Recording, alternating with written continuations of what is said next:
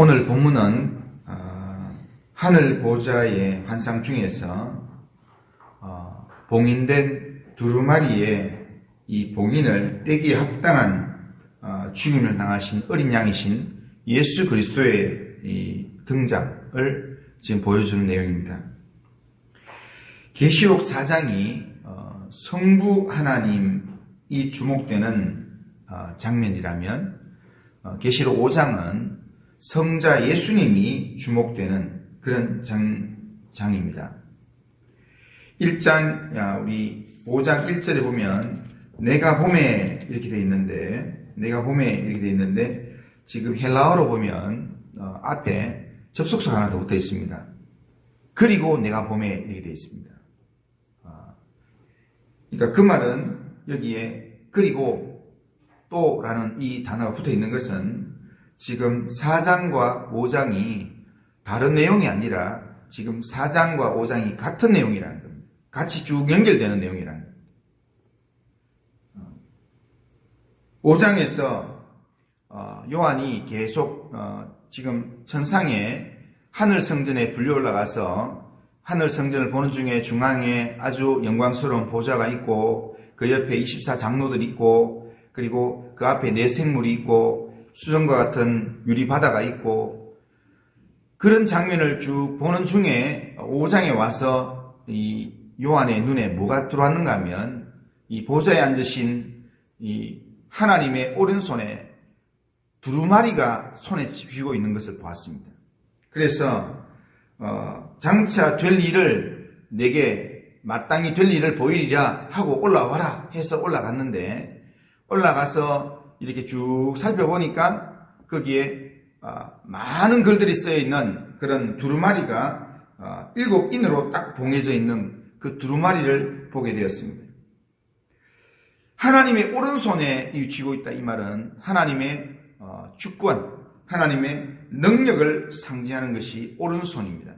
그러니까 하나님의 능력과 하나님의 주권으로 지금 안팎에 쓰여져 있는 그런 두루마리를 하나님께서 딱 쥐고 있다는 겁니다. 그러니까 이 두루마리 안에 들어있는 것은 마땅히 앞으로 될 일에 대한 이야기인데 그 모든 것의 주권이 누구한테 있는가? 하나님께 있다는 겁니다. 하나님이 모든 걸 다 쥐고 있다는 겁니다. 그런데 요한이 본 그 두루마리를 요한이 딱 보니까 거기에 딱 봉인이 되어 있습니다.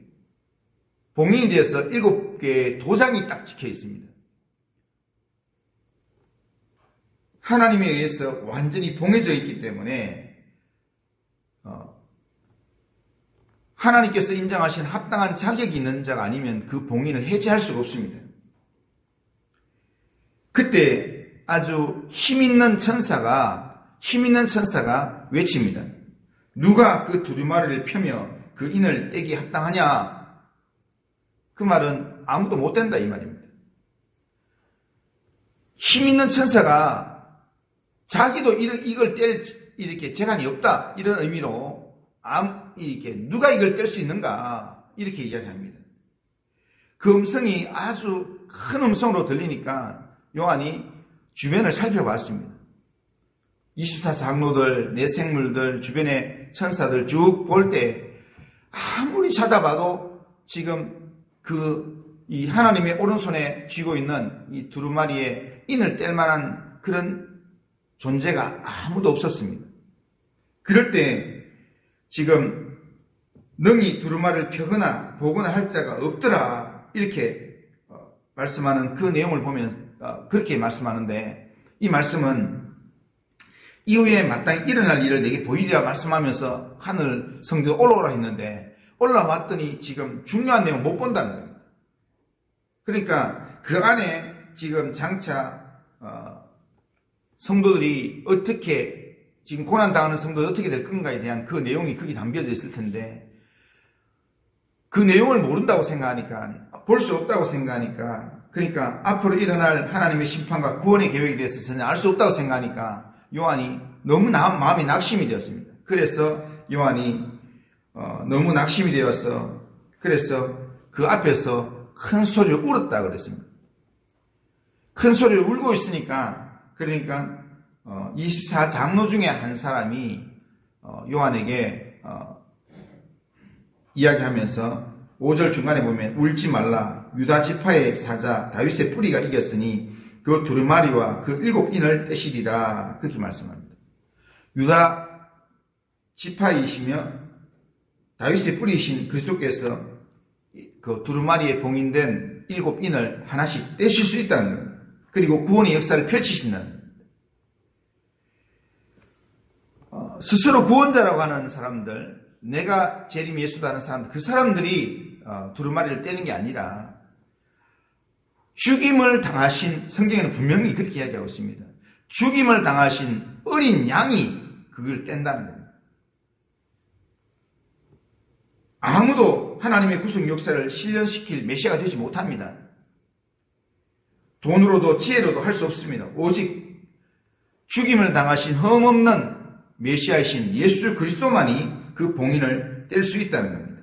십자가에 죽으셨다가 다시 살아나신 어린 양이신 예수 그리스도께서 7인을 떼시며 구원의 역사를 이루신다는 겁니다. 그런데 이 요한이 그 말을 하고 이렇게 살펴보니까 그 보좌 앞에 어린 양이신 예수 그리스도가 거기에 좌정해 계시는 것을 보았습니다. 내 보좌와 내 생물 사이에 한 어린 양이 서 있는 걸 보았습니다. 그러니까 죽임 당하신 어린 양임을 분명히 알 수 있었습니다. 그러니까 그 어린 양이 하나님의 오른손에서 두루마리를 펼쳐 보이기 위해서 그것을 취하셨다, 받으셨다 이렇게 되어 있습니다. 그런데 어린 양이신 주님이 두루마리를 취하실 때 나타나는 현상이 있습니다. 언제 어린 양이신 예수님이 그 두루마리를 취하셔서 봉인을 떼려고 하는가 하면 주님이 그 두루마리를 받으셨을 때 그 앞에 준비된 게 있었습니다.